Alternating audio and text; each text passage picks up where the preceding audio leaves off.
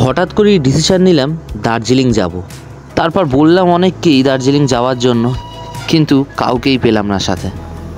অবশেষে ডিসাইড করলাম যে একাই যাব দার্জিলিং, ফুল অ্যাডভেঞ্চার করব।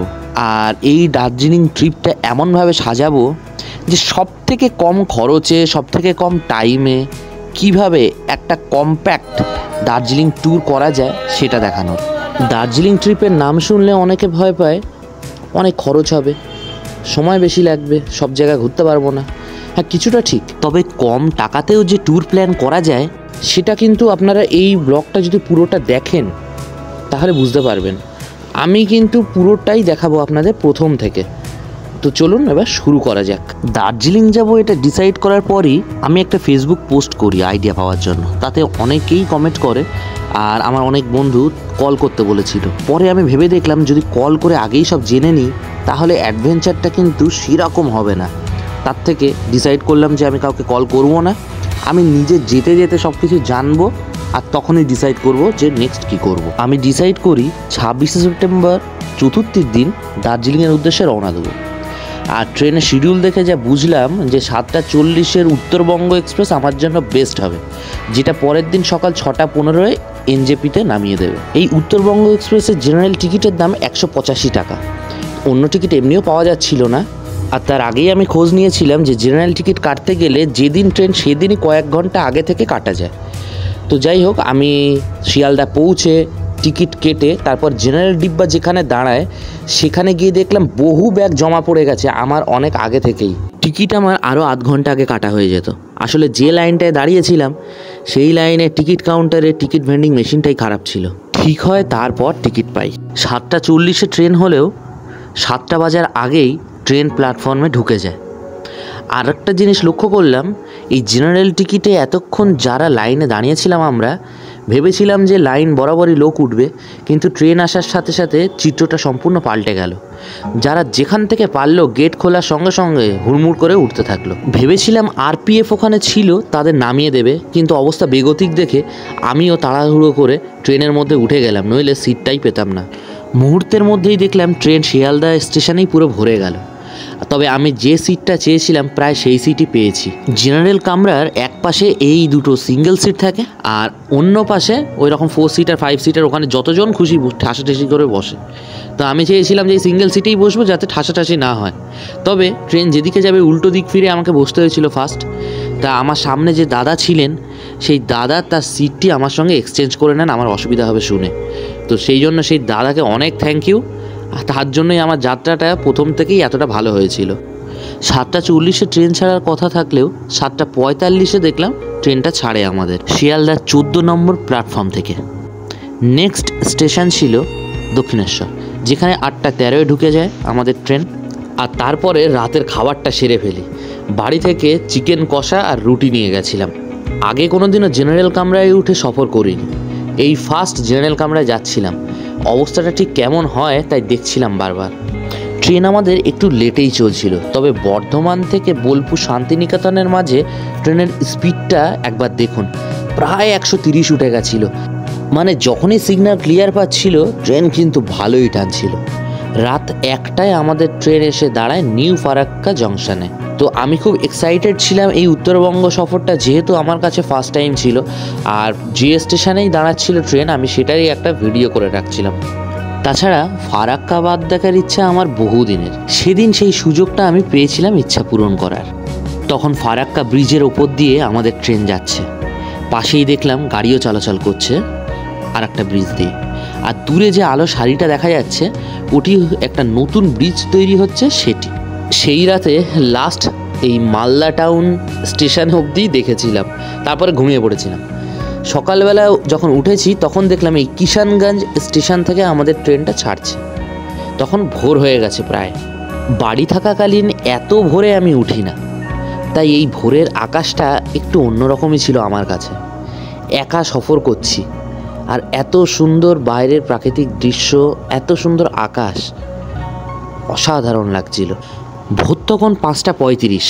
এই আলুয়াবাড়ি রোড জংশন তখন আমাদের ট্রেন ক্রস করে একটু এগোতেই চোখে পড়ল চায়ের বাগান।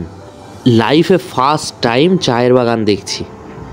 এর আগে তো কোনো দিন দেখিনি, যা দেখেছি সবই ফটোতে। সে যে কী দারুণ লাগছিল বলে বোঝাতে পারবো না। ট্রেন ছুটছে আর এই ফার্স্ট চায়ের বাগান দেখেছি, আর তার সাথে ট্রেনে বসে বসেই সেদিনের সূর্যোদয় দেখা। সে এক অসাধারণ অনুভূতি। মানে এসব দৃশ্যের কোনোদিনও টাকা দিয়ে এর মূল্য বিচার করা যায় না। নিচে চায়ের বাগান, ধান ক্ষেত, আর উপরে সূর্যোদয় দেখা, সব একসাথে। মানে এটা তো এক্সপেক্টই করিনি যে এরকম একটা দৃশ্যের সাক্ষী হতে চলেছি সকালবেলা। যাই হোক, খুব ভালো লাগছিল। এই ভিডিওটা আমি অনেকক্ষণ ধরে করছিলাম। তবে আকাশে একটু মেঘ দেখে ভয়ও লাগছিল। দক্ষিণবঙ্গে তখন বৃষ্টির পূর্বাভাস দিয়েছিল আবহাওয়া দপ্তর, কিন্তু উত্তরবঙ্গ ক্লিয়ার থাকারই কথা ছিল। তাই কনফিডেন্স ছিল মনে যে শিলিগুড়ি যতক্ষণ পৌঁছাবো তখন আর মেঘ থাকবে না। নতুন নতুন অনেক স্টেশনের নাম দেখতে দেখতে এগিয়ে যাচ্ছিলাম, যেখানে আমাদের ট্রেন থামছিল না। আবার কখনো ট্রেন সিগন্যালে দাঁড়িয়ে পড়ছিল, তখন ওপাশ থেকে যে ট্রেনগুলো যাচ্ছিল সেগুলো দেখছিলাম। সামনের এই ব্রিজটি পেরিয়েই দেখলাম এর নিচ দিয়ে যে নদীটি চলে গেছে তার নাম মহানন্দা। এতদিন যে নামটি ভূগোলের বইতে পড়েছি। তখন সকাল প্রায় 5:30 বাজে। সামনেই দেখলাম নিউ জলপাইগুড়ি স্টেশনের কারশেড। এখানে কিছুক্ষণ সিগন্যালিংয়ে দাঁড়ায় আমাদের ট্রেন, তারপরেই স্টেশনে ঢুকে যায় আমাদের ট্রেন। তখন সকাল 6:40 বাজে। এনজেপি স্টেশনে নেবে একটু ফ্রেশ হয়ে তারপরে বাইরে টোটো স্ট্যান্ডের দিকে রওনা হলাম। এখন সকাল 7টা বেজে গেছে। ব্রাশ ট্রাশ করে তারপর এখন এই ফুটব্রিজ দিয়ে পাশে যাব, ওখান থেকে গন্তব্য শিলিগুড়ি। ফুটব্রিজের ওপর দিয়ে যাওয়ার সময় চারপাশটা লক্ষ্য করছিলাম, আর ঠিক তখনই চোখে পড়ল নিচে এই টয় ট্রেনে একটা ছোট ইঞ্জিন আর একটা স্টেশনও দেখছিলাম সামনে। বুঝতেই পারলাম এখান থেকেই এনজেপি স্টেশন টু দার্জিলিং যাওয়ার টয় ট্রেন ছাড়ে।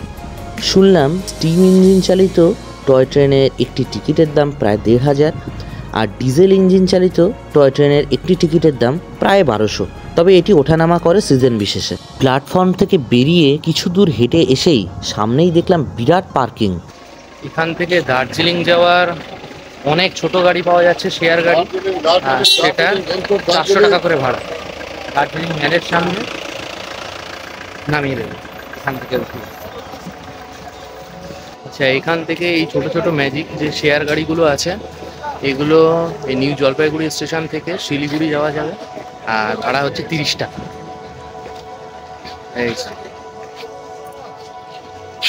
আর সেখান থেকে এনবিএসটিসির বাস 11টা থেকে 11:30 অবধি পাওয়া যায়। সকালবেলা শুনলাম যে 15 থেকে 20 মিনিট অন্তরই সেগুলো ছাড়ে।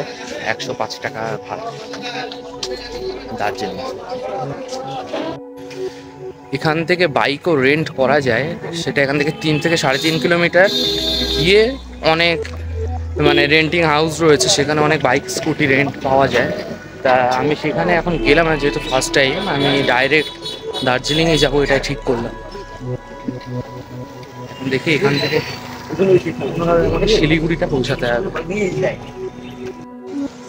পার্কিং থেকে বেরিয়েছি, হেঁটে হেঁটে একটু এগিয়ে গেলাম, দেখলাম যে আর কোনো গাড়ি পাওয়া যায় কিনা, কারণ ওই গাড়ি না বললে ছাড়বে, তো সেই জন্য দেখা যায়।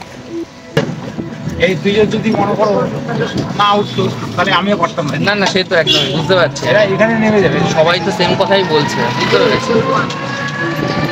আসলে একা হলে কোনো গাড়ি 30 টাকায় তো যাবে না, আর সেটা আমার একটু আগে থাকতে ভাবা উচিত ছিল। ভাগ্যচক্রে আমি এই টোটোওয়ালাকে পেয়েছিলাম, সেই জন্য আমি 30 টাকাতেই শিলিগুড়ি বাস স্ট্যান্ড অবধি পৌঁছতে পারি। আসলে টাইম যাতে ওয়েস্ট না হয় সেই জন্যই আমি একটু এগিয়ে এসেছিলাম।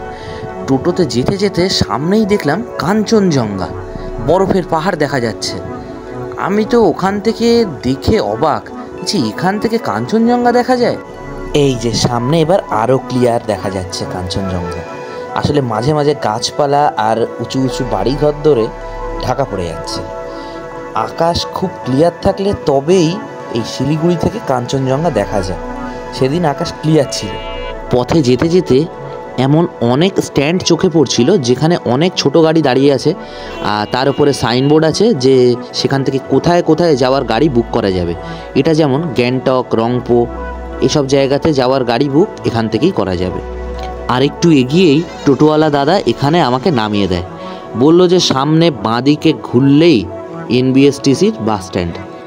এনবিএসটিসির বাস স্ট্যান্ডে ঢুকে এক কন্ট্রাক্টর দাদাকে জিজ্ঞাসা করার সঙ্গে সঙ্গেই তিনি আমাকে 8 নম্বর কাউন্টারে যেতে বলে, যেখান থেকে দার্জিলিং যাওয়ার টিকিট পাওয়া যাবে। লম্বা লাইনে দাঁড়িয়ে যখন একদম টিকিট কাউন্টারের সামনে চলে এসেছি, আমার আগে আর মাত্র 2 জন, ঠিক তখনই বলে সকাল 8টার বাসের টিকিট বিক্রি হয়ে গেছে, পরের বাস আসলে তারপর সেই বাসের টিকিট কাটা স্টার্ট হবে। শুনে তো আমার মন খারাপ হয়ে গেছিলো একদম।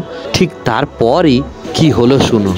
কিছু অনলাইন টিকিট ক্যান্সেল হয়েছে, সেই জন্য বাসের টিকিটটা পেয়ে গেলাম। শেষের দিকে হয়ে গেছে ছোটো বাস, মানে এই বাসে যেতে পারছি, তাহলে আরও অনেক লেট হতো। পরের বাস ছাড়তে অনেক লেট হতো। প্রথমে তো আশাই ছেড়ে দিয়ে দাঁড়িয়ে থাকতে হয়েছিল, কারণ এই বাসের তো টিকিট শেষ হয়ে গেছিলো। আর অনলাইন যারা কেটেছিল তাদের কিছুটা মিস করেছে। সেই টিকিটগুলো লাইনের যারা ফার্স্ট ছিল তাদের মধ্যে আর কি যারা যারা যেতে চায় তাদেরকে জিজ্ঞাসা করলাম, আমি উঠে পড়লাম, মোটামুটি সিটটা পেয়ে গেলাম। সব বাধা বিপত্তি কাটিয়ে অবশেষে শিলিগুড়ি থেকে এবার দার্জিলিংয়ের উদ্দেশ্যে আমি রওনা দেবো। যাই হয়ে যাক, পজিটিভ থেকেছি, তবে শেষে ভালো কিছুই হয়েছে, এটাই দেখলাম। আমাদের বাস কিছুটা দূর যাওয়ার পরই দেখলাম ঠিক বাস রাস্তার পাশ দিয়েই টয় ট্রেনের লাইন চলে গেছে। তার মানে এখান থেকেই টয় ট্রেনগুলো যাতায়াত করে। আর তারপর দেখছিলাম দূরের পাহাড়গুলো, তসই ছিল না একদমই, আর প্রচণ্ড গরম লাগছিল তখন ওখানে। ভাবছিলাম যে সামনে পাহাড় দেখতে পাচ্ছি, আমি উত্তরবঙ্গেই আছি, এত গরম লাগছে কেন? আর তারপরই বাস রাস্তার পাশে শুরু হয়ে গেল চায়ের বাগান। সে এক আলাদাই অনুভূতি, দারুণ লাগছিল। এবার একদম সামনাসামনি দেখছিলাম।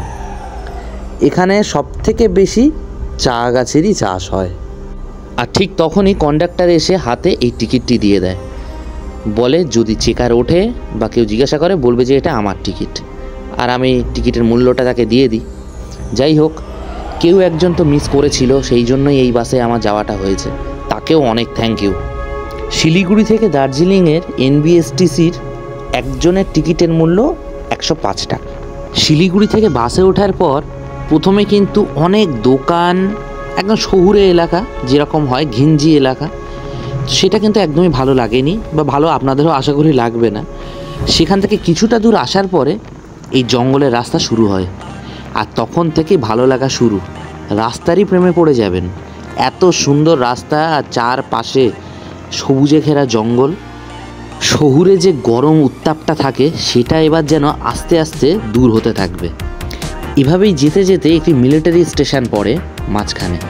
তারপর যা দৃশ্য, এখানে একটু আমাদের বাসটা দাঁড়িয়েছিল, তো চারপাশের দৃশ্যটা এত সুন্দর লাগছিল, দূরের পাহাড়, উপরে মেঘ, আর সামনে একটা নদী বয়ে যাচ্ছে। দারুণ দারুণ। এরকমই দৃশ্য দেখতে দেখতে আপনি দার্জিলিং যাবেন। আর সাথে থাকবে রাস্তার দুদিকেই চা বাগান। এই চা বাগানে তখন চা পাতা তোলার কাজ চলছিল, দারুণ লাগছিল। ফার্স্ট টাইম তো, যেটাই দেখছি সেটাই ভালো লাগছে। দূরের পাহাড় আর জঙ্গল দেখতে দেখতে এগিয়ে চলেছি। এবার শুধু ওয়েট করছি কখন পাহাড়ে উঠবো। অনেকক্ষণ ধরে তো যাচ্ছি এভাবেই রাস্তা দিয়ে, আর শুধু দূরের পাহাড় দেখেই যাচ্ছি, পাহাড়ে কখন উঠবো। আর ঠিক তখনই আরেকটুখানি গিয়ে সামনে একটি টোল গেট চলে আসে, আর এই টোল গেটের পরই শুরু হয় পাহাড়ি রাস্তা। পাহাড়ি রাস্তা দিয়ে সে যে কি অপূর্ব দৃশ্য দেখতে দেখতে দার্জিলিং গেছিলাম, সে সব কিছুই শেয়ার করব আপনাদের সাথে। পাহাড় সর্বদাই আমার খুবই প্রিয়, আর আপনাদের কেমন লাগলো সেটিও অবশ্যই জানাবেন। তো দেখা হচ্ছে নেক্সট ব্লগে, বাই।